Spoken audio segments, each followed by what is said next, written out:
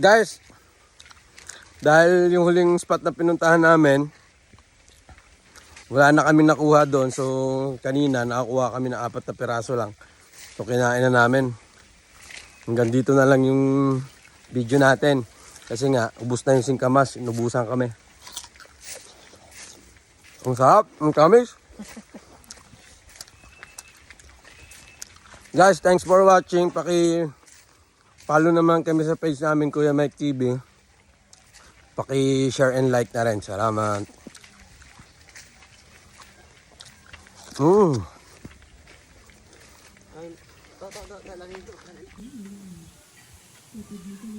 Magandang araw mga katabang. Dito malaking baliti o puno ng baliti. Nasa Iloilo pa rin tayo ngayong araw. Sasama tayo kay Manoy. Maghahanap daw siya ng singkamas. At the same time, magpe-pest control siya. Dala niya yung kanyang laruan na dihangin. Laruang dihangin lang yan guys. Kaya huwag kayo mag-alala. Ayun, iwanan niya tayo.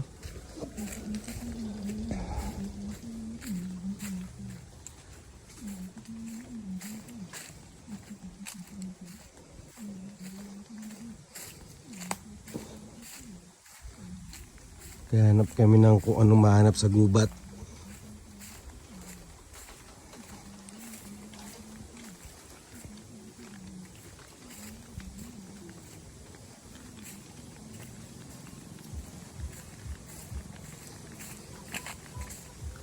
Lalaki ng puno oh. Ano puno to? Duldol.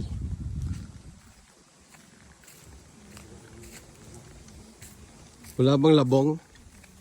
Tambo?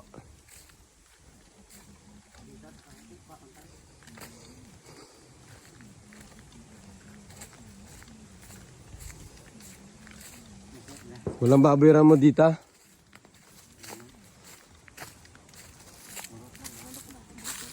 Yun daw guys, may burot. Yung burot, yan yung kinakain. Pamalit sa mga bigas dati sa kanin. Saan Manoy?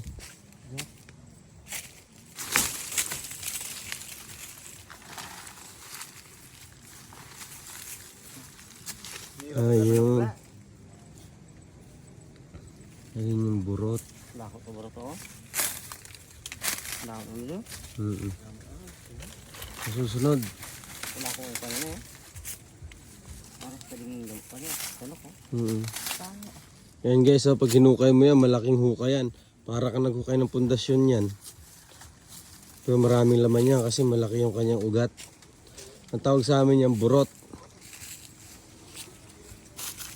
Hindi ko alam ang tawag niya sa Tagalog eh. Okay, comment naman sa inyo, burot yan sa Ilonggo. Guys, huwag na tayo maingay kasi may namataan si Manoy na nalabuyo yung wild chicken. Dahan-dahan lang tayo.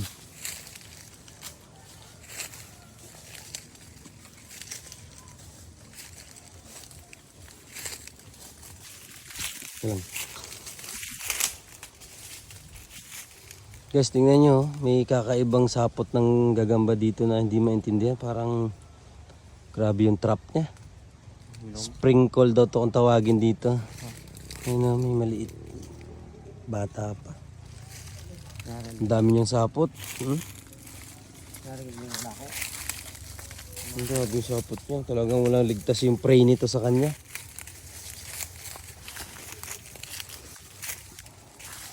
Ayan yung area na to. Yung mga maraming tanim na saging. Nilinisan ng mga tao dito nakatirang banda. Tignan nyo kung gaano kaganda. Sa cellphone mukha lang maliit pero sa personal ang laki niyan.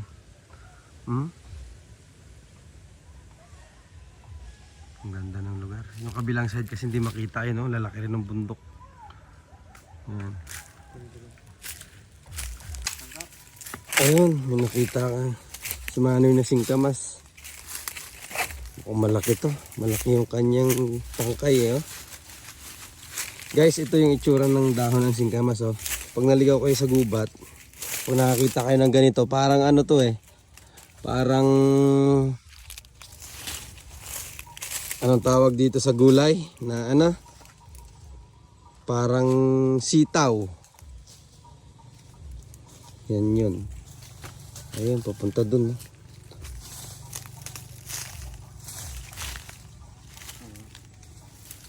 Yan.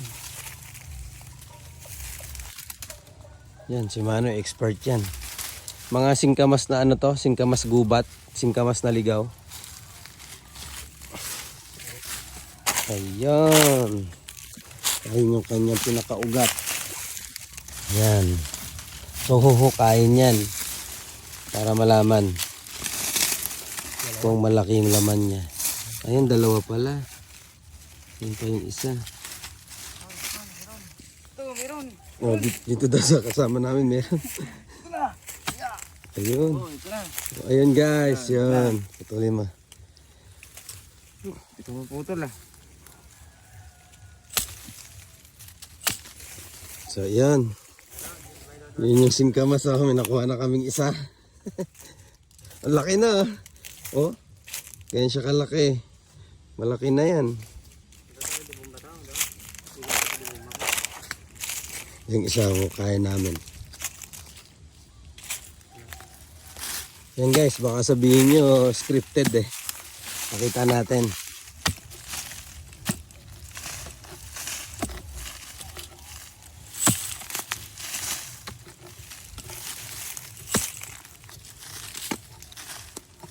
Maliit lang to. Ayan, ayun na siya.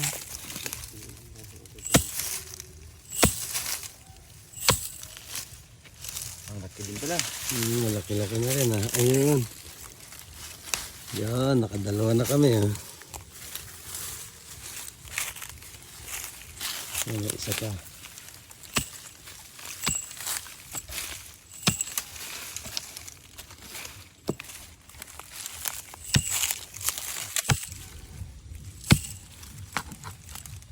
Yan, maliit lang yung isa. Nga may tuman dito to. Siyan to yun. Wala na yata doon. Yan, meron pa daw banda doon. Marami dito yung singkamas. Ano yan, no? Gulay? Oo, balagay. Ito guys, may gulay, oh. Ano sa Tagalog nga to? Sigarilyas. Sigarilyas.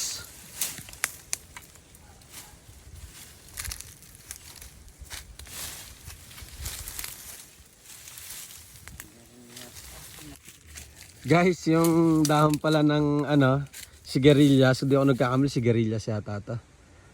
Katulad din ng ano, ng sitaw at saka ng singkamas.